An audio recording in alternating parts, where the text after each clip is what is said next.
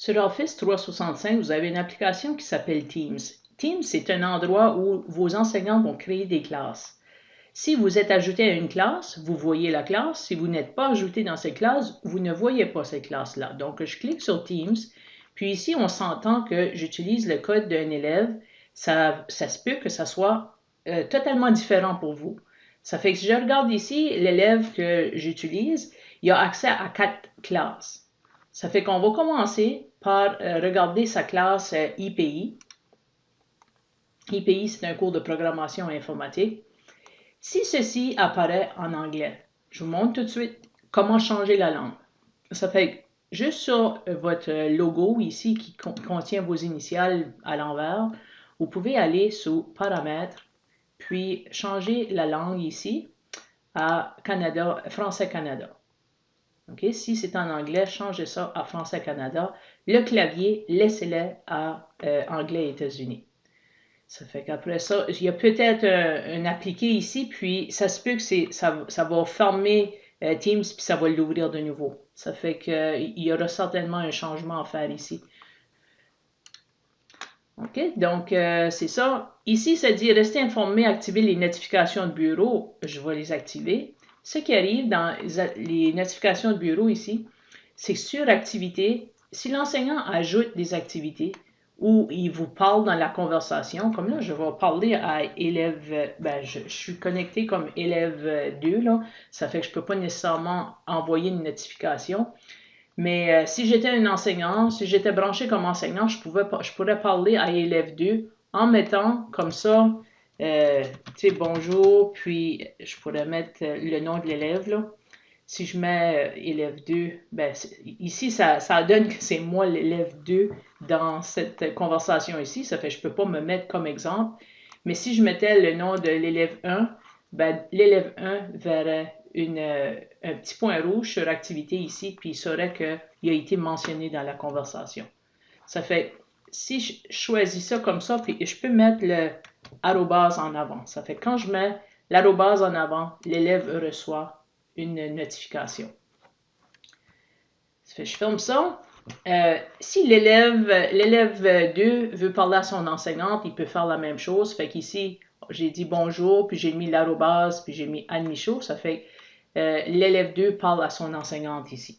Ça fait l'élève 2 peut parler à toutes les personnes qui sont dans la classe. Ça fait quand l'élève arrive dans sa classe, dans la partie générale ici, tous ceux qui sont dans cette classe-là peuvent voir la conversation qui est ici.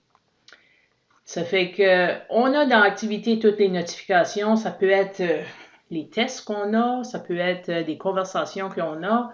Dans l'équipe, ça nous permet de voir toutes nos équipes, puis ça nous permet de retourner aux autres équipes ou les autres classes dont on fait partie.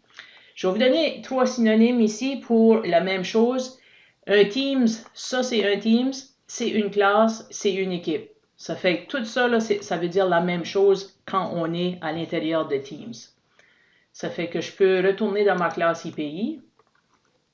Des devoirs, ici, je peux voir quels devoirs sont assignés par matière. Ça fait que si je clique sur devoirs, je peux voir en comptabilité les devoirs que j'ai, en IPI les devoirs que j'ai. Ça fait qu'ici, en IPI, je peux aller voir les devoirs qu'il y a là. Ce que je vais faire suivant. Je vais regarder, j'ai un devoir sur les conditions et les boucles. Ça fait que je vais cliquer ça. Puis ici, répondre au questionnaire qui vérifie tes connaissances sur les conditions et les boucles en JavaScript. Ça fait qu'ici, c'est un genre de quiz. Puis, je peux répondre le quiz directement comme ça. Ça peut être une autre sorte de devoir. Je vais juste faire ça vite ici. Vous savez comment répondre des questionnaires. Bon, ben j'ai 2 faux. J'aurais dû lire. Donc, c'est ça. Après ça, je peux fermer. Ça fait que, après que ça a été remis, l'élève a un genre d'animation ici qui apparaît. Ça fait que je peux retourner à précédent puis regarder si j'ai d'autres devoirs. J'ai des devoirs qui sont terminés ici. Ça, c'est des choses que tout l'élève 1 a terminées. Si je vais dans le calendrier, je peux me placer dans le calendrier des choses que j'ai à faire. Je peux utiliser ce calendrier-là. C'est personnel à toi comme élève. Ça fait que toute la classe ne voit pas ceci. Puis les appels, ben ça, c'est pas quelque chose que tu auras besoin dans ta classe. Les fichiers, c'est les fichiers dont l'enseignant veut partager avec toi. Ça fait que tu as tes fichiers ici. Non, excuse-moi, c'est tes fichiers à toi. C'est pas les fichiers que l'enseignant partage. Ça fait que tu as ton OneDrive ici, puis ça, c'est les fichiers du Teams que tu as accès. Puis ici, ben, c'est pour ajouter d'autres applications. Tu pourras vérifier ça. Je vais retourner à Équipe. Ça fait que dans la navigation d'un Teams, si vous vous perdez, retournez à Équipe, puis Équipe vous apporte de nouveau à votre classe. Puis si vous voulez voir les autres classes, ben, vous cliquez sur toutes les équipes. On a dans chaque, ici on appelle ça un canal, là, comme général, puis équipe 1. Équipe 1, ça pourrait s'appeler n'importe quoi. C'est moi qui ai créé ça pour faire des travaux d'équipe avec mes élèves. Ça fait que j'ai peut-être 6 ou 7 équipes de créer ici, mais parce que l'élève que j'utilise présentement fait seulement partie de l'équipe 1, il voit seulement l'équipe 1. Ça fait que ça, on appelle ça des canaux. Ça fait qu'on a le canal général, puis le canal équipe 1 que moi j'ai appelé équipe 1. J'aurais pu appeler ça zone 1, zone 2, zone 3. J'aurais pu changer le nom, donner le nom que je voulais ici. Ça fait que dans le canal général, on a une publication, on a fichier. Publication, c'est l'endroit que tu peux communiquer avec ton enseignante. Ça fait que tu peux écrire en bas ici, puis parler avec ton enseignante, puis ou les autres élèves. On a ensuite les fichiers dont l'enseignant te donne accès. Ça fait que ça peut être des fichiers que l'enseignant veut que tu utilises pour t'aider à faire des activités. On a le bloc-notes de classe. Puis, je vois que mon bloc-notes ici ne fonctionne pas bien. Ça fait que je vais démontrer le bloc-notes avec une autre classe. Ensuite, on a la partie devoir. La même chose que j'ai montré ici. Ça fait que l'élève ici n'a plus de devoir.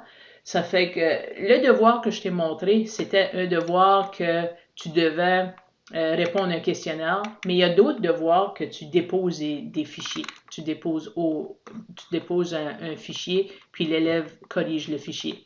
Puis ensuite, on a notes. Puis note, tu vois tous les devoirs que tu as eus, puis que tu as remis, ce qui a été corrigé ou pas corrigé. Ça fait que, bon, c'est ça, il y en a qui ont des points, il y a des devoirs qui ont des points, mais il y a des devoirs qui n'ont pas de points. Si je retourne au canot, ici, ça fait que là, j'ai montré dans général tout ce qu'il y a dans un bloc-notes de classe pour général. Dans équipe ici, c'est comme si j'ai fait une zone, puis j'ai juste placé quelques élèves dedans, ou je peux placer seulement un élève puis un enseignant dedans. C'est possible de faire ça. Juste placer 2 personnes dedans, ça fait que dans cette conversation ici, de l'équipe que j'ai faite, si j'ai juste placé l'enseignante puis un élève, bien, ça veut dire que l'élève parle à l'enseignante puis il y a juste ces 2 personnes-là qui voient la conversation. Puis les fichiers qui sont là-dedans, il y a juste ces 2 personnes-là qui voient ces fichiers-là. Ça fait que vous pouvez demander à votre enseignante qui fait partie de l'équipe ici. Ça fait que je retourne à Général, puis je veux aller vous montrer le bloc-notes. Ça fait que je vais me servir d'une autre équipe pour te montrer le bloc-notes. Ça fait que je vais aller à Comptabilité, puis je vais aller sur le bloc-notes de comptabilité. Ça fait qu'un bloc-notes, la façon que ça fonctionne, premièrement, quand on entre, on voit juste la page de bienvenue, mais il faut cliquer la petite flèche qu'il y a ici pour voir le reste. Ça fait que ici, on appelle ça des sections, là. Je ne vois pas au bas que c'est écrit section, mais ça, c'est des sections, tout ce côté-là, puis à l'intérieur de chaque section, on a des pages. Ceci, c'est pareil comme OneNote. Okay? C'est un bloc-notes pour OneNote. Ça fait, on a le mot de bienvenue, on a la bibliothèque de contenu, puis la bibliothèque de contenu, c'est l'enseignant qui prépare ça. Puis vous pouvez le consulter, mais vous ne pouvez pas le modifier. Ensuite, on a une zone de collaboration. Puis ici, vous pouvez travailler avec d'autres élèves. Ça fait que 2 élèves peuvent travailler sur une même page ici. Puis ensuite, vous voyez qu'il y a élève DS2. Ça fait que cette zone-là devrait porter ton nom.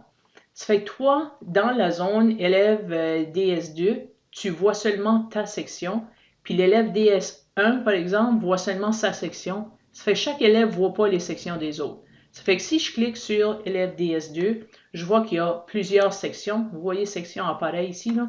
Il y a plusieurs sections.